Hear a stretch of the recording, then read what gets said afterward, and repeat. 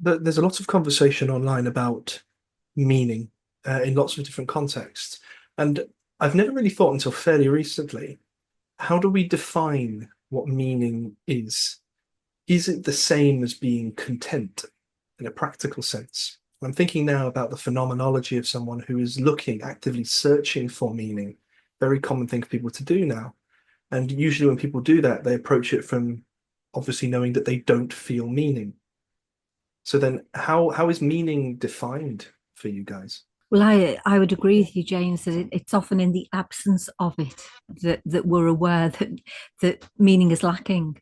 So, not that I'd want to start from a negative, but when it's not there, life's that much more difficult, isn't it? That's a place to start. It is. It is. And we probably all know people who are in that state and who maybe overtly say that their lives lack meaning. And then there are those people who, I mean, it just so much depends on potential, doesn't it, as well? Genomic potential, individual potential. I mean, probably the less somebody has in the way of genomic potential, they're probably more easily satisfied when it Mm. comes to what having meaning in life actually means. So, for anyone who's got a lot of potential, it's going to, from my perspective, anyway, in my opinion, it probably means there's going to have to be a lot more things that accrue to the expression of meaning in the life of somebody like that who has more than the average amount of potential to achieve maybe a whole plethora of things. And obviously potential can become arrested for all sorts of reasons, can't it, as Yeah. well? We talk about this all the time, don't we, about instincts firing and not being able to find a meta-instinctual context in which for meaning to occur. And that's more likely to happen, like I say, where there is the starting point for that person is high with respect to their potential. Because Yeah. it doesn't trouble everyone, does it? And as an No, idea, as a concept. no. Yeah, If you're yeah. really under threat, that's some distant place you're going to arrive at, or it's a subliminal motivation which is active.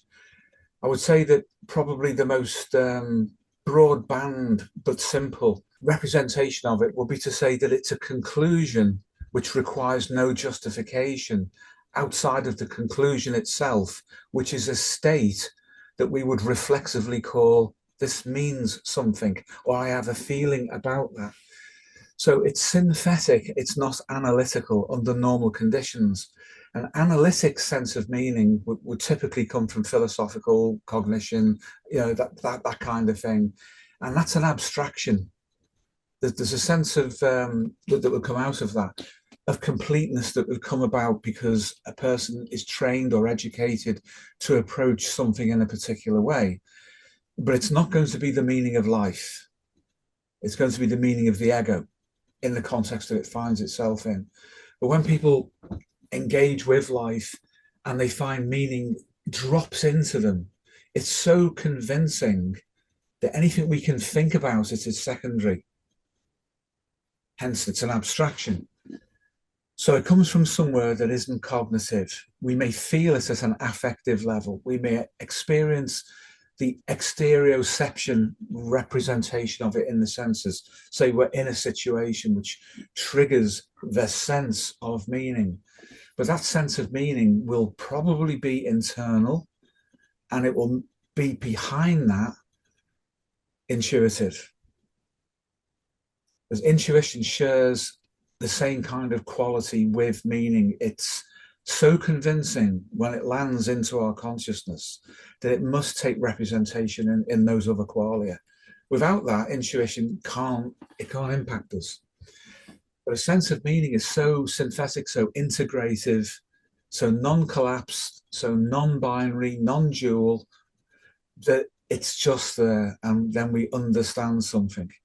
We may not understand it cognitively at all, but the seeking system will kick in and we'll find ourselves motivated in many circumstances towards doing something that's ill-defined cognitively, but the drive state, which is not only physiological, it's under Platonic pressure as well, to move towards the completion of something, which we have this perception of, which, as I say, is indefinite, but it may have an affect tone to it, which is like a sense of value, as Jung would understand it, that says, yeah, this is the right thing, this is the right experience, although I don't know what it is particularly, I can't put it into an idea, and then we'll feel the drive state.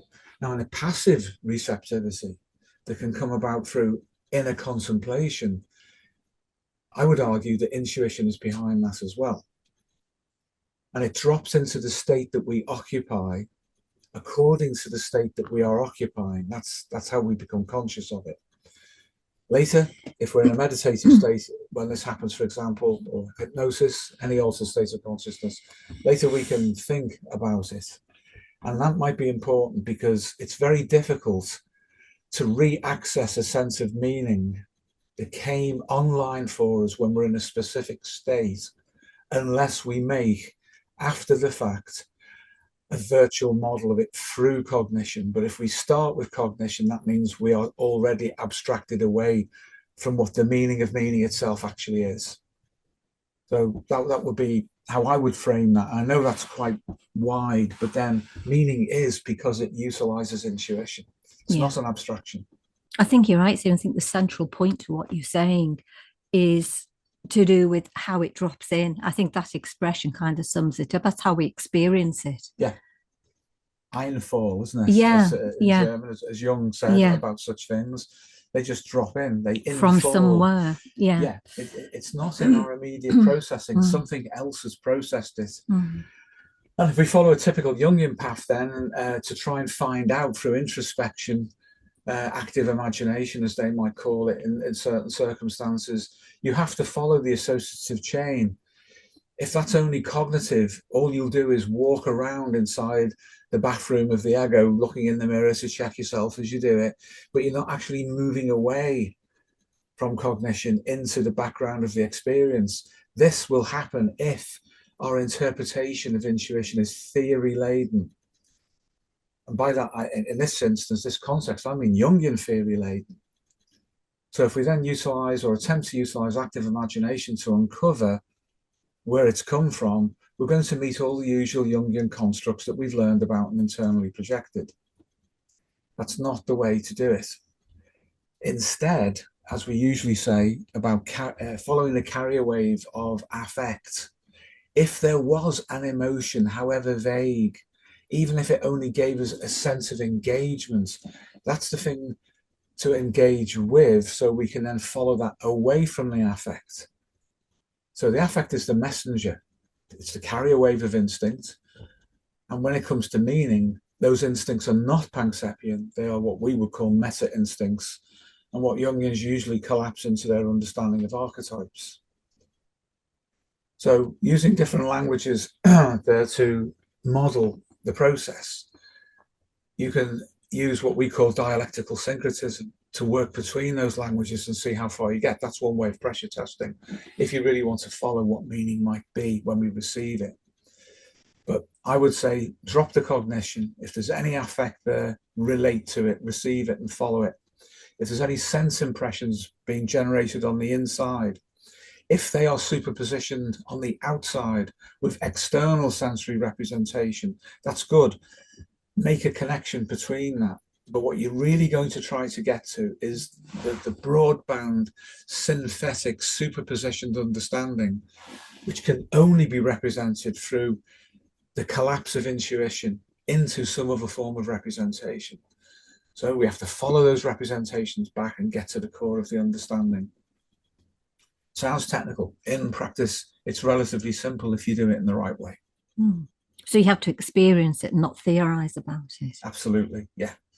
And Jung himself, as we often say, of course, said set aside all theory, and that experience, an original experience, is worth more than anything. He was always pushing original experiences, not the fantasized replication of some third party's experience, including his own. It should be all about getting your own experience, but you don't do that whilst you're still attached to the ego. and it's learning. That is to say, it's theoretical understanding. And then the internal projection of that, you simply stop yourself accessing meaning. And then all you can do is generate a philosophical position about it and a rumination about that, as happens with a lot of these internet psychologists and philosophers. It's just a glorious rumination, and it's not a practical thing. So we need to get deep inside the natural psyche, how it prefers to work itself under natural conditions. Then we can receive intuition.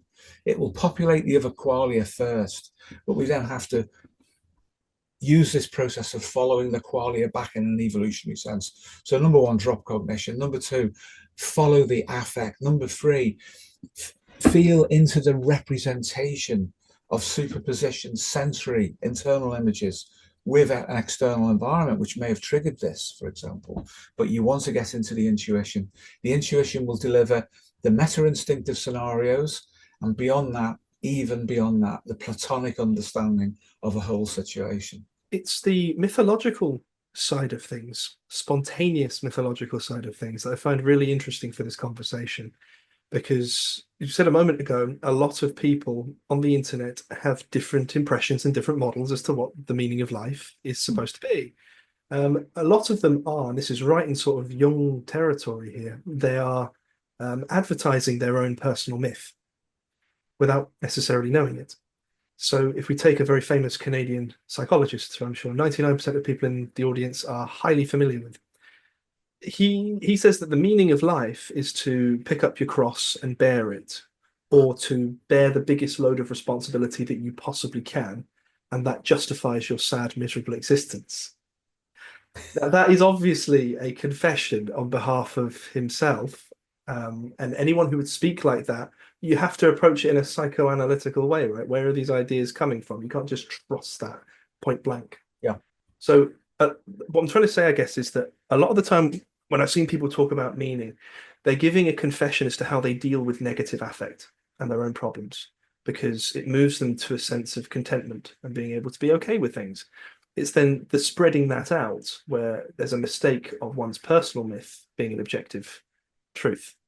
But having said that, I kind of want to move into it's an image, and I don't want to go as far as metaphysics with this. I tend not to go there sort of naturally and organically, but what it feels like with me, and this is to bring synchronicity into this, is meaning to me, when I think about it, it brings the image of being on the right timeline, or the timeline you were always supposed to be on.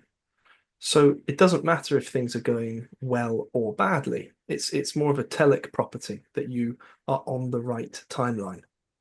And I'm aware that an image like that is highly mythological in the sense that it's clearly a representation of something. But I just get a feeling that things have to go beneath biology in some sense, neuroscience in some sense, or at least the way we understand neuroscience now. People in the audience might be familiar with neuropsychoanalysis. They're very, very hot on, and the work they've done on this is superb with the maths and everything else, on modeling homeostasis and what it's like to be in a state of basically contentment. You're minimizing surprises from the environment and you're adapting appropriately. But again, that comes to a problem again, doesn't it, of contentment versus meaning.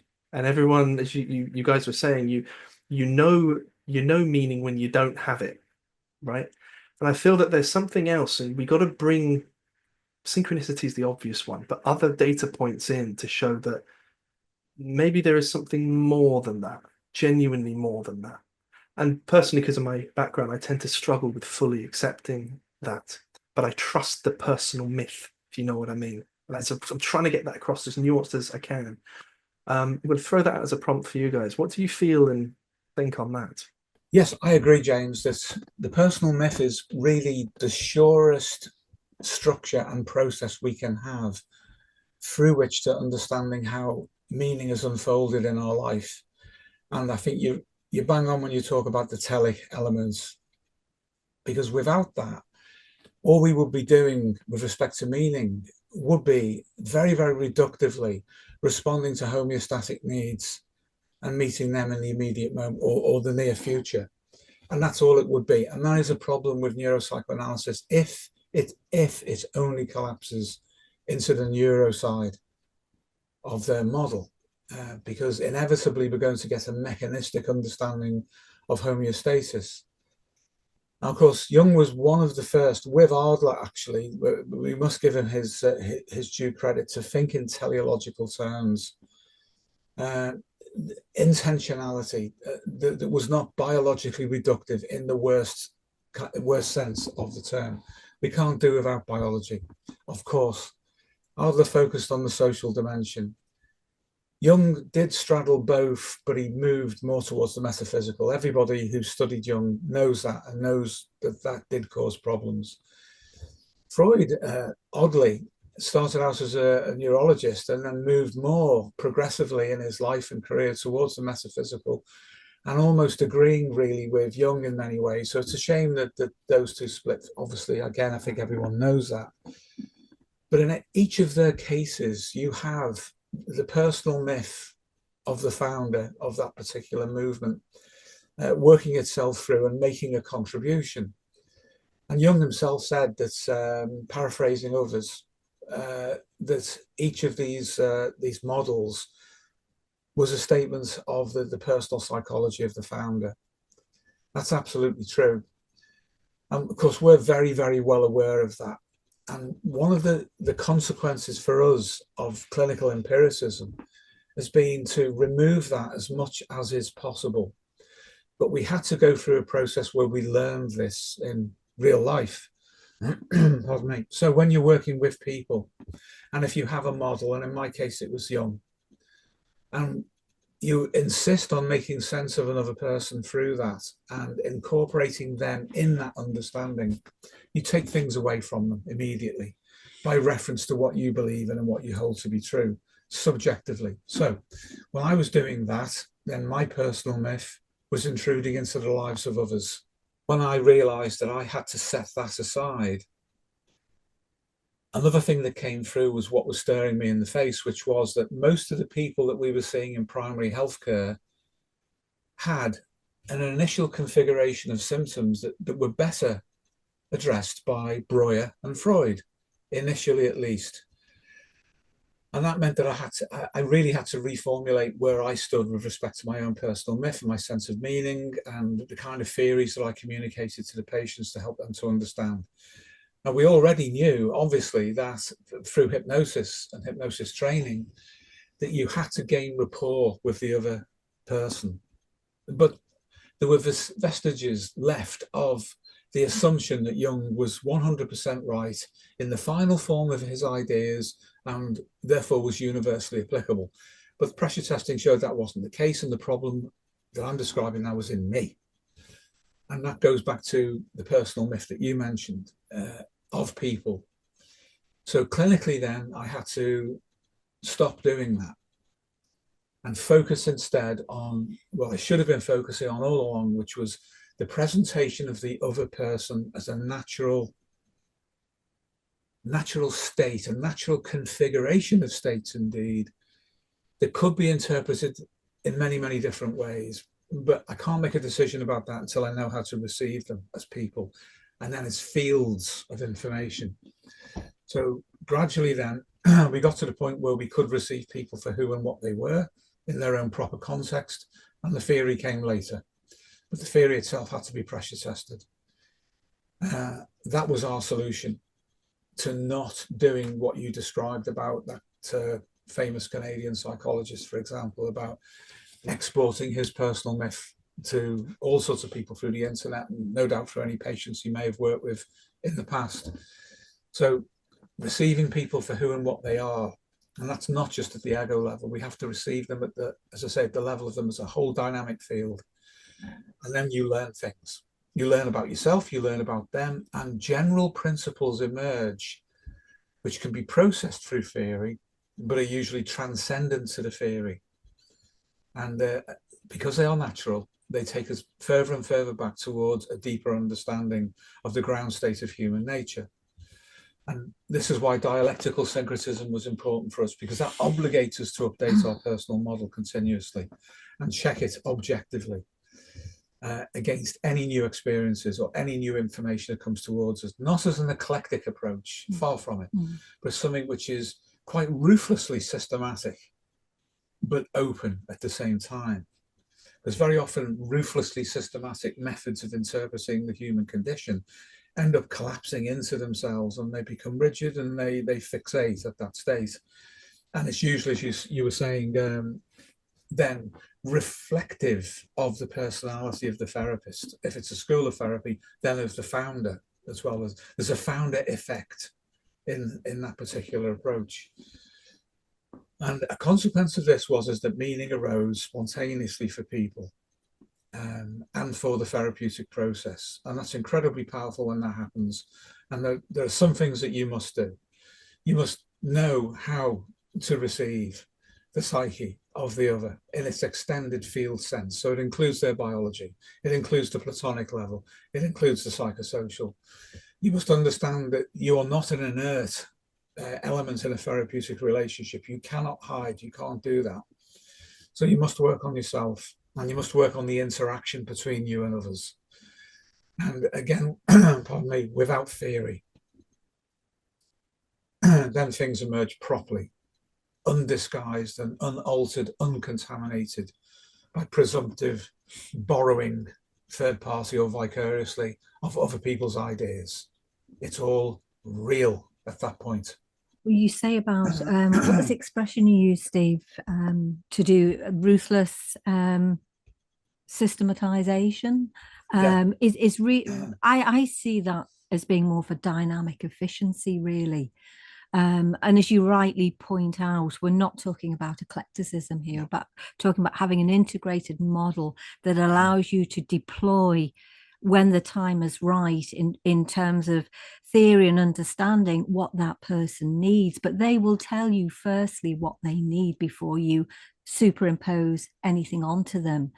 And by and large, in terms of clinical empiricism, the thing that we found, one of the things we found works the best is the building of rapport. I mean, that is just fundamental to the whole clinical process.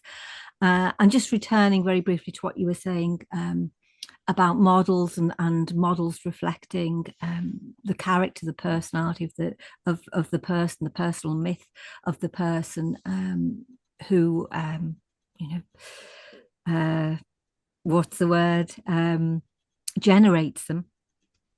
I was thinking, founder effect, isn't it? Yes, that's one way of describing it. Yeah, so I was thinking about Adler principally because he's very overlooked in terms of his modeling, which is a great shame, I think, because he was, well, Janet, for example, who I see as someone being deeply humanistic and obviously, was very, very cognizant of the importance of rapport. He heavily influenced Adler and Lacan as well with respect to having a psychosocial perspective. And for me, that's what obviously that's what Adler does best within his individual psychology. And it's almost like the middle child in a family. He tends to get overlooked and forgotten, but it's very often and we talked about this recently in another video, that young people need Freud and Adler before they need Jung. And so to kind of just skim over him as if it really doesn't matter because we don't really want to linger with Adler, we want to get to Jung, it's a mistake, because there's so much in Adler's model.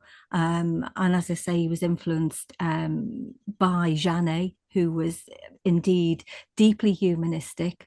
And you see that, you see elements of that in his modeling. So for us, that's the place, wherever there's a sense of basic humanism within a model, for us, that's the place to go. Yeah. Because that forces you to start with the other person and what they need, not what you think they might need, or what you might want to superimpose onto them because you have a favored way of approaching the world yourself, or a favored way of modeling it.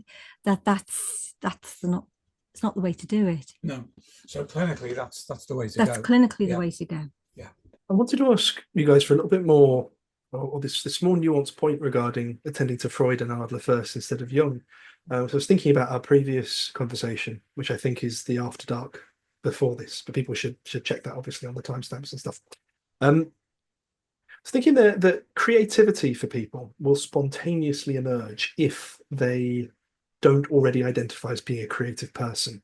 I'm speaking about that partly from personal experience, but I've seen it with lots of other people too, where I was a hardcore scientist in my teenage years, but I was also to the point where even when going over my own personal myth, I missed it first time through completely, which is strange. I had spontaneous creative urges coming through all the time, overpowering narrative representations that I would be compelled to create and then feel embarrassed about them afterwards. This was like when I was about 13, 14, when I first entered puberty. I tracked it down. It's the exact month I entered puberty too, which is interesting, especially regarding what you say, Pauline, that the transcendent comes out of biology. So in terms of, yes, attend to Freud and Adler first, would it be fair to say that if someone's younger, like much younger, if there's a spontaneous creativity, that should also be nurtured too, but that's not the same thing as prematurely firing off into Jungian metaphysical fantasies? Instead, that's almost allowing yourself to develop in a way that's excruciatingly difficult to do for the vast majority of people.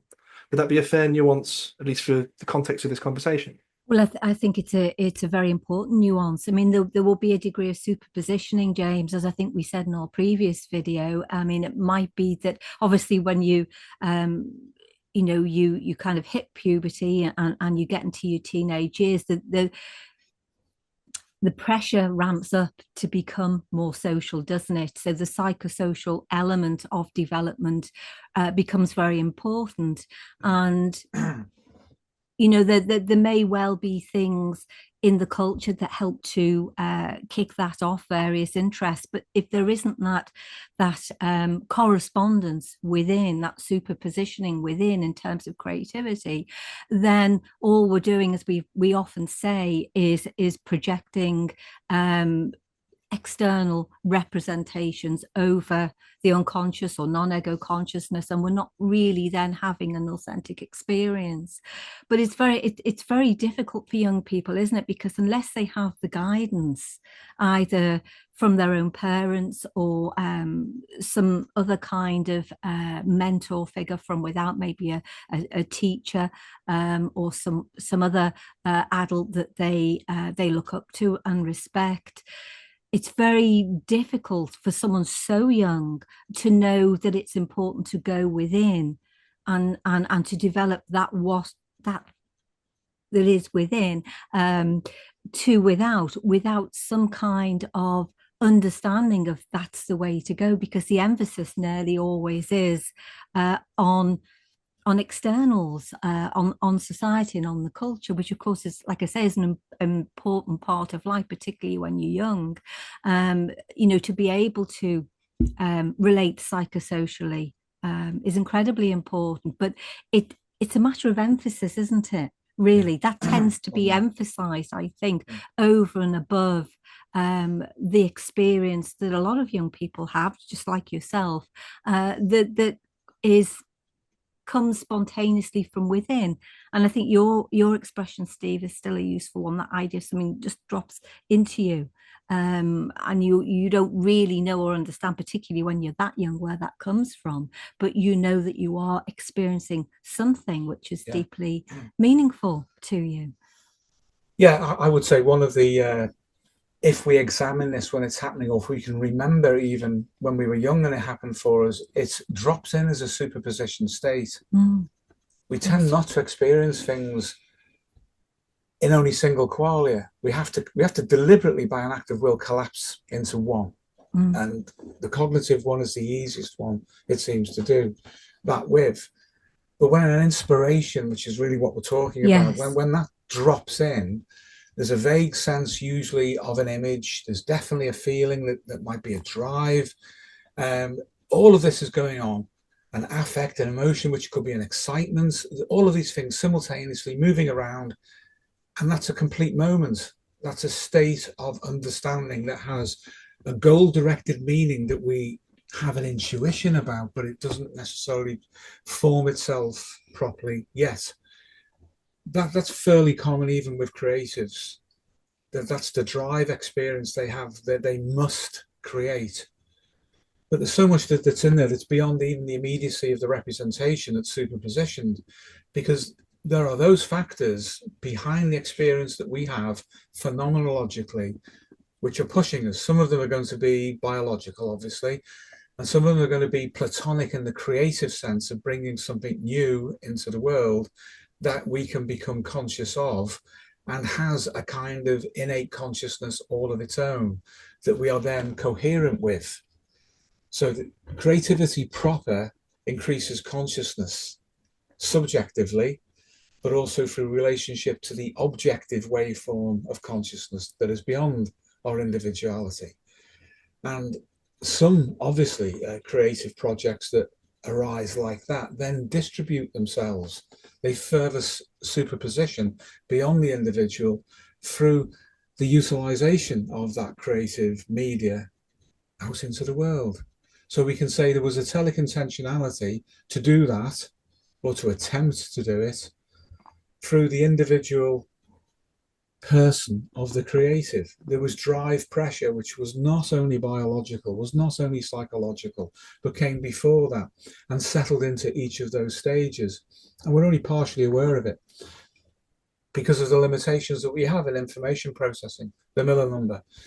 But the teleology is, in my view, comes from outside of ego consciousness, outside of the usual understanding of an unconscious, beyond only biology, from somewhere else. And when that is superpositioned, it works well. And we don't have to be conscious of it. However, if we are conscious of it and its field nature, we can become a more efficient participant in that teleology, which will inform the teleology itself by feedback and then feed forward back into us, and we become more efficient at being creative. We become then an agent for a wider field of intentionality and therefore of consciousness. There can be no intentionality without a form of consciousness, I would argue. So creativity is a great example of it, of superpositioning, and also how easy it is to collapse into any of those levels, or simply be puzzled by it, which is often the case with people who collapse too prematurely into biology. Some of the neuropsychoanalysts and even affective neuroscientists, certainly philosophers and other neuroscientists, are puzzled by creativity. And I would say creativity is not puzzled by itself. That has to arise because of a collapsed, reductive, phenomenological interpretation of something, which should not be collapsed, but should be experienced across its full bandwidth. Then creativity makes sense, and making sense in that context equals meaning. But the meaning is fundamentally, as we experience it phenomenologically, intuitive. That's the nature that it takes, and why it distributes itself in that superpositioned way between all those different levels of consciousness, intentionality, action in the world. It defines the superpositioning, and superpositioning defines it. It's all non-ego. The ego part of it is tiny. So that the last thing we should do is make a cognitive model of creativity. In fact, I would go as far as to say it's stupid. It's not what children do. If we remember what it's like to be a child and to be creative, to be driven to engage with the world, to receive intuitions without cognitively questioning them, to feel the intuition on an affective level, to have an internal image and then an external correlate. So we go towards it, we go towards the outside because the inside has presented itself. All of this happening at the same time. We're partially aware of all those states simultaneously. That is intuition collapsing into representation, generating creativity teleologically, and increasing consciousness as we go along. So there's no need to be puzzled by creativity unless we collapse into cognition. You reminded me again of that point of myth, and it's something of personal myths in particular, but that whatever the structure is that pertains to human beings and consciousness that tends to mythologize and put things within a narrative structure. I've been thinking about that so much recently, because so much of life and of people in general is within a mythic structure. But it is disappointing the way that's usually spoken about on the internet, because it's quite rote. There's a lack of feeling structure to it. But creativity must be very, very similar, deep structure to that overall mythic function that we can't seem to get away from. Like, no one can live outside of their own personal myth. That doesn't mean that there's no objective reality. Of course there is. There absolutely is. But you relate to it through some kind of mythic structure, which explains you to you and explains the world to you and that kind of stuff. I have no idea where that comes from and why things are in that sense. But it's the more I go through life, the more it becomes absolutely undeniable that that is so critical. And you do see that sort of in Freud as he sort of moved forward with his career.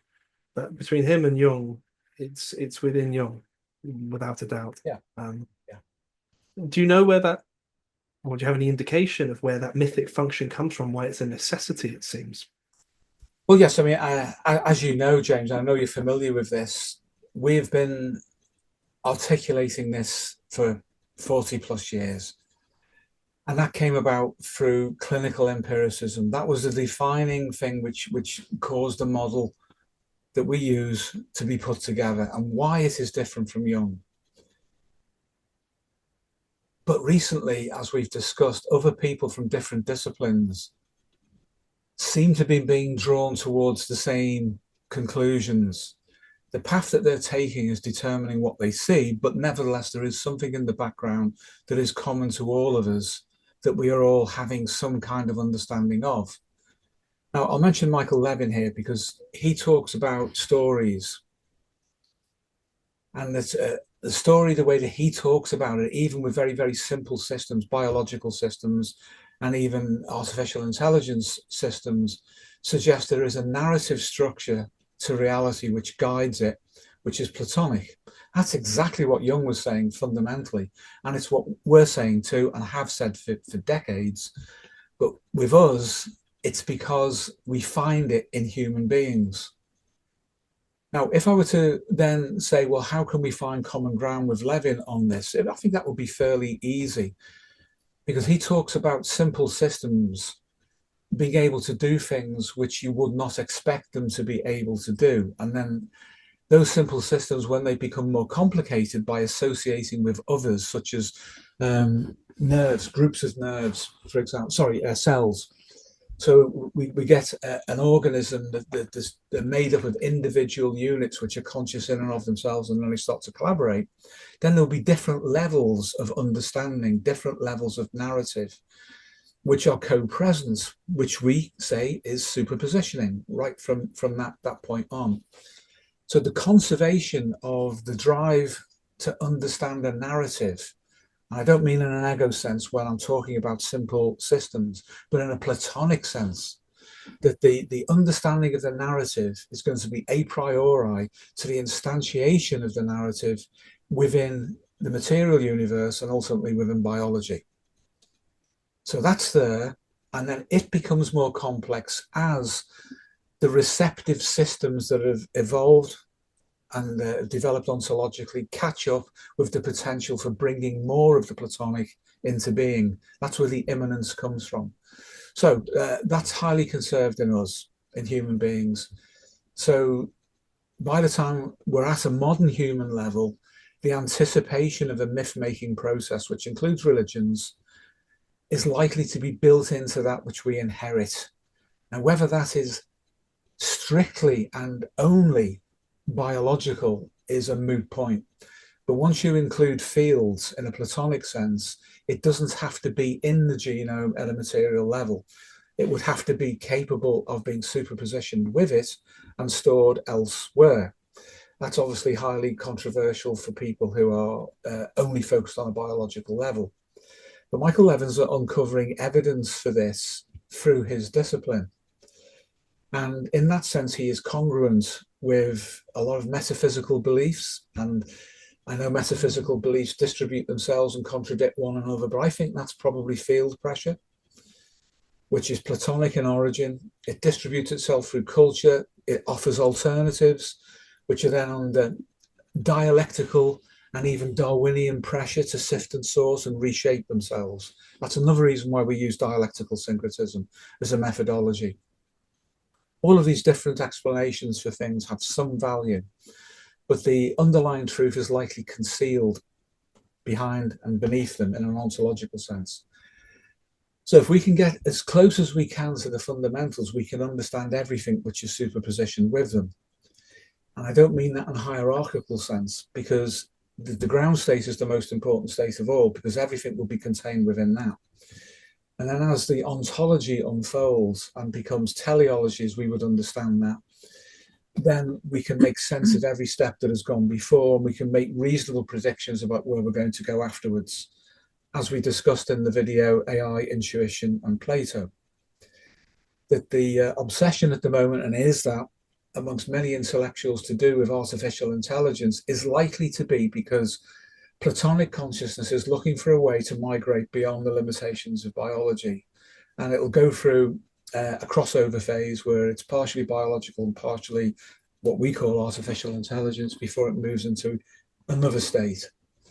And that other state will be congruent with the original state. Every state that follows on from it ontologically must have some congruence. And on that basis, it should be possible to predict where it would go with a little bit of thought and intuition, where it will go beyond this current phase of attempting to work with artificial intelligence. So I would say then that Levin is right, and that if he were to work in depth, he would see in the living laboratory of the human biological field of the psyche, he would uncover the Platonic that's innate within the human being as well. And from that, he would start to be able to find correlations with his own path and his own way, and then start to make similar predictions about the future. It's just that for us, we've done this with people. And anybody who attempts to interrogate consciousness without actually doing it is only a philosopher in the pejorative sense. That it's all rumination, it's cognitive collapse. It's the multiplication of ideas for their own sake, which aren't actually based in empirical reality, relational empirical reality. And some of the people working in this field who are in communication with Michael are talking about things like relation, the relation between things. And of course, as you know, we've talked about this for a very long time, to do, for example, with Markov blankets, and how superpositioning really reduces the importance of Markov blankets, because information is not entirely behind a barrier within a hierarchy, which means you can only communicate so far between these different entities that may occupy a hierarchy, with information conserved on the inside and a distinction made with the outside. Superpositioning as a field phenomenon means that you can communicate across the entire field, and you can receive from the entire field. These Markov blankets are important for the integrity of a level or of a system, but they should not be considered to be collapses, so that there's a very sharp falling off once you cross a particular boundary. And of course, Levin's finding this with his bioelectric fields, and Rupert Sheldrake before him was interested in morphogenic fields and behavioral fields. So the field approach is going to be hugely important in working out how these things actually apply. But I would encourage Michael to get some experience working in depth with human beings. But not, I would ask him, if I had the opportunity, to follow a Freudian reductive route, because he will very, very soon come up against a hard stop. Just returning for a moment to human consciousness and creativity, in terms of superpositioning, would it be fair to say that the superpositioning is not present until the end of the process? I mean, you know, we can, if it's a creative process that involves, say, several steps along the way, then we can collapse into any of those steps and maybe have a perspective on an unfolding process. But the superpositioning doesn't actually exist until whatever that end point is in terms of creativity is reached. Only from the point that you mentioned, which is from subjective human consciousness. Yeah. So from a phenomenological perspective, we do sometimes model retrospectively the experience of being created as being linear. I would argue that it's the superpositioning is in effect the field which is the cause at the same time, which is a kind of circular way of saying superpositioning is present all the way through and superpositioning is part of the teleology. It's just that our perception of it is very often linear. And of course what we do is encourage people to move away from a linear understanding of phenomenology and opening that up to being receptive to superpositioning. And the way to do that is to work in the most efficient way towards receiving intuition, because intuition will fill up every other qualia simultaneously. Hence I mentioned earlier about the experience of being a child. If we can cast our mind back, how involved that was. You know, to say that a child, for example, is a sensing type because as an adult she or he is to miss the point that the sensing probably as a preference in a Myers-Briggs sense was shaped out or distilled out as a form of collapse from a baseline that's much wider. I mean, when I was a child, I had very sensual relationships to the world, but also to my inner world, and intuition was there, and thinking there, and feeling. The thinking was the least differentiated, as I recall. It was more to do with intuition, pairing up or going beyond the immediacy of the senses. And then the affect did this feel good, and damn right it did, because the feeling was the drive. I now would put that into context of the seeking system in neuropsychoanalytic terms. The thinking was afterwards, or going on quietly whilst the rest was really highly powered. And then later on, when I experienced Jung's model of typology, and later on again back in the 80s, when we were first using the Myers-Briggs and the grey wheelwright, another test, Jungian test, temporarily, my understanding of myself collapsed into being an INTP. So I thought, that means I have intuition, but I'm really a thinking type. I'm an introverted. And that was a cause of collapse, which once I started to accept that, meant I should interpret other people through the Myers-Briggs, which is a distortion of Jung's model. It's a distortion of the reason why it was created and a distortion of the application of it. So it's a distortion, and that had to be set aside. But it was the pressure of working with people that made me realize that enforcing people or encouraging them to collapse into that 4-letter representation meant that they could not access themselves as fully bandwidth human beings phenomenologically. We were helping them to collapse their ego, which is a stupid thing to do for a therapist. So we stopped doing it. And that's being open to being updated. And of course, the Myers-Briggs people will say that's because of your P, pardon the pun, your P function, the flexibility that's innate in being an INTP. And what is your P for? It's intuition and it's extroverted. Therefore, you're going to people through that. So they can describe a partial representation of what you were saying, which is rapport. Rapport, you have to be conscious of yourself, but not on an ego level, and consciousness of the other person. They would collapse all of that into a 4-letter code, which is contradicted by its opposite, the ESFJ, in Myers-Briggs terms. And if you believe that, you think, oh, my shadow's ESFJ. My anima is ESFJ. No, no, no. You are capable of and have available to you all of Jung's so-called types and all of those configurations. And most of them are present simultaneously, and we're just not aware of it. We have to open ourselves up, and the only way to do this is to find ground state consciousness that can occupy any of those different qualia, those meta qualia of representation. And that's what we encourage people to do. So when people are being creative, or intuition drops into them in the way that you were suggesting earlier, and they have what they believe to be an idea or an image for a particular creative project or invention, that they then decide that they're going to run with, they're going to allow their creativity to flow, then because of the collapse perspective of the ego, they will see that as being a linear process. Yes.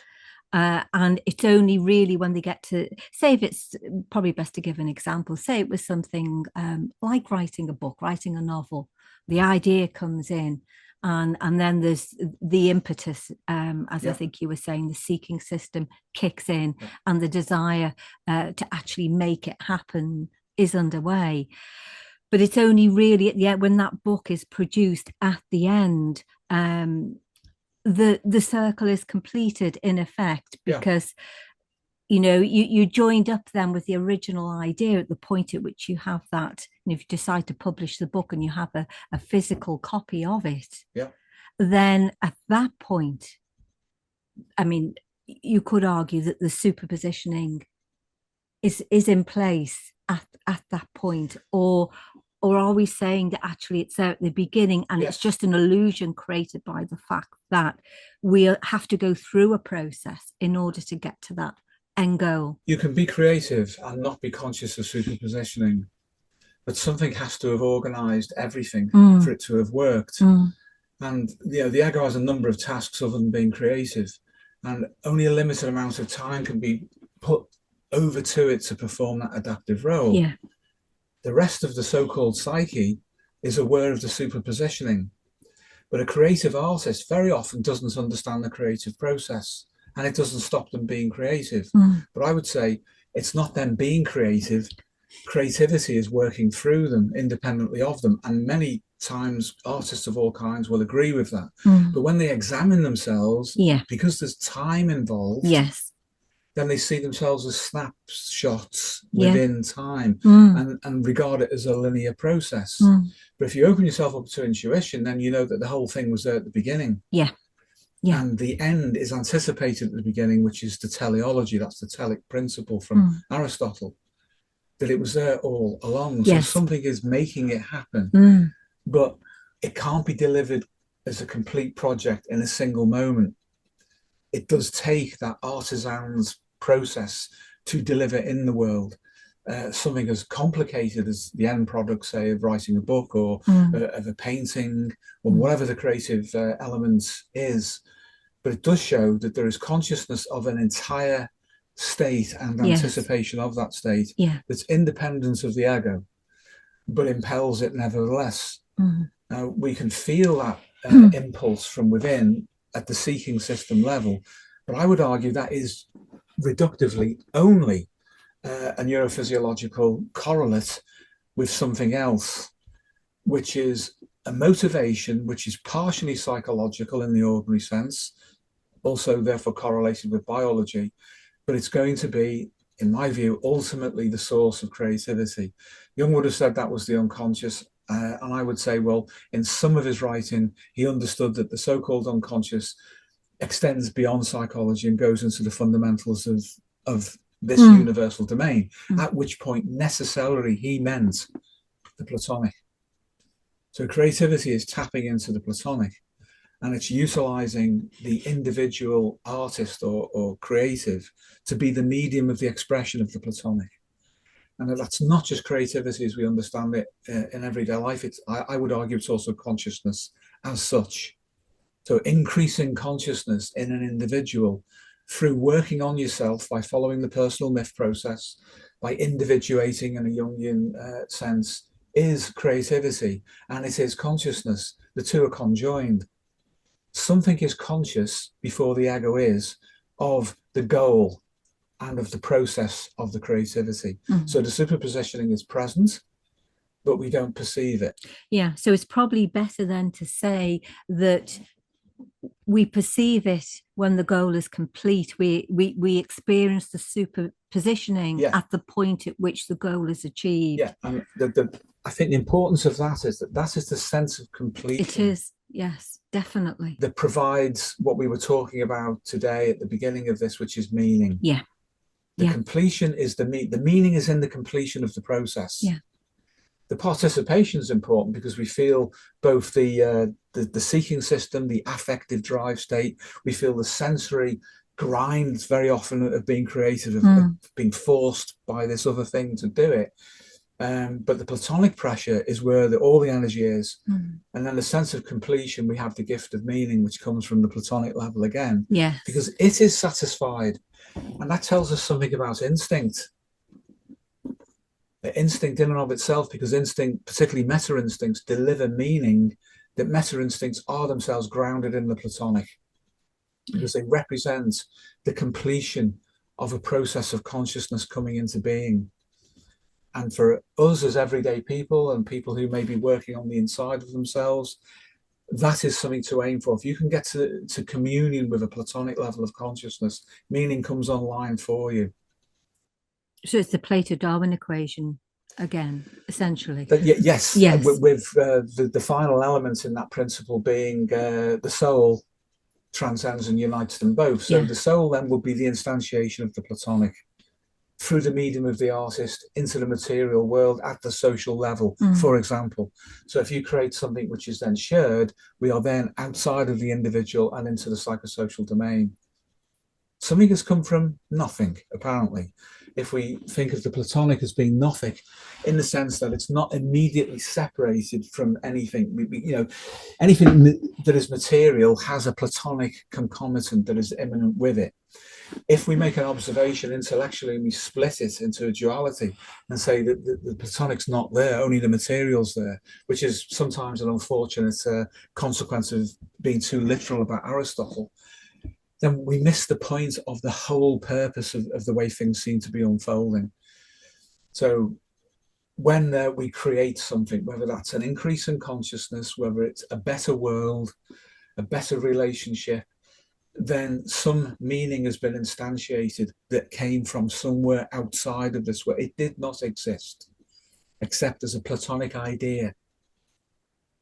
An idea that requires somebody to think of it, or some entity to regard that idea reflexively to itself. And Michael Levin's going in that direction. Of course, Plato was ahead of all of us. His intuition reached in and made a model of what that world likely was. And people now talk in a Platonic way to talk about a Platonic domain. We do, and we have done, as we know, for a very, very long time. And we did that through examining the psyche, examining consciousness and how it could be altered and changed and deepened. Other people are heading in the same direction, and it seems to be a necessary and unavoidable conclusion that there is something which is best described as Platonic, which is the ground state of this world, this domain that we occupy, and that there is consciousness all the way down. And we would say that's in the form of information, not in a kind of data sense of, something which is calculable and put into a mathematical formula and expressed as relationships in that way. That's a form of information. It's not all of it. So we would say that that's the result of primary information generating the capacity to relate and to reflect on relationships between entities in a mathematical way. But there's something beneath that. And that is conserved all the way through up to the level of human sentience reflexivity. And that comes out through creativity as well. Hence meaning. So it's a kind of Platonic blueprint, really, isn't it? That's brought into the material world through intuition. Through intuition, yeah. So intuition is a kind of efficient cause. It's probably the ground state of all efficient causes, because it provides the impetus or the pressure for things to unfold. And at a certain level of complexity, that emerges in biology as Darwin. A Darwinian principle. We borrow his name out of respect for his role historically in the understanding of the world, and say that is Darwin. It's an efficient cause which takes that representational shape. I would argue that it's also what we call intuition, and it's also Plato being immanent as its own efficient cause. It settles into representation in that way. So we call it Darwin for convenience. It allows us to more easily articulate an understanding subjectively in our consciousness. I suppose based on all of what you guys were saying, I feel compelled to share a little bit from my own personal timeline. I think it dovetails with what you're saying, because, and I know I'm not alone either. I know I'm not alone. After we released the first edition of the Personal Myth Guide in early 2021, I remember a lot of people reaching out and saying that the schematic that we had in there of the boyo's journey of moving, beginning with a crash into a new atheism, and then being pulled out by a certain Canadian psychologist, and then moving to pop Jung. A lot of people said, wow, that is precisely what describes. So in that sense, kind of a kindred spirit in that way. Trying to find meaning from a pure scientific framework, I found unbelievably difficult and impossible. And I was too young, obviously, teenager, didn't have the right resources, didn't have the right teachers, stuffed, completely stuffed. No other way around it. But sort of the age that I'm at now, 28, which is still very, very young, that I can trust the fact that there are some things that are undeniably interesting in the sense that I simply accept them at face value and have no real desire to want to dig into the mechanics of them, unless it's about midnight or 1 a.m. and I'm pondering. But you know what I mean? Mm. Synchronicity is one of them, because when that smacks you, that seriously smacks you. And when it smacks you, in a big cluster, you're like, there's something going on here to do with time. It's funky. And whatever my perception of time is not the be all end all. That's one thing, but creativity more than anything else. And it's the fact that whether it's a piece of art or a symphony of music, and I don't mean to be elitist with that either, but there's something, you take Beethoven's Ninth or something, there is clearly a magic. There's no other way of putting it. There's like a magic in there. Or a story, something that is not the ego has authored that from start to finish before you receive the start of it. And wherever that comes from is wherever that happens to come from. And I'm really happy that through sort of authentic, and it could only have come from authentic, say, depth psychology, nothing that was psycho-reductive or anything of that kind. And trying to live it, I suppose, as best as I can under your guys' mentorship and guidance. I'm happy to have something that I cannot doubt in a Cartesian sense, maybe. That the world is not just, as you put it, Darwin and your very nuanced take on Darwin. It's not just biology, it's not just science. There's something else. And that's enough. That's enough. So I felt compelled to share that for the sake of the audience, in case there's anyone out there who resonates with that path, the so-called, previously called path of the boyo, or whatever we had. And I'm excited to see what other insights, I suppose, things you cannot doubt, things that are undeniably real, come in the future. Wholeheartedly agree with that. Mm.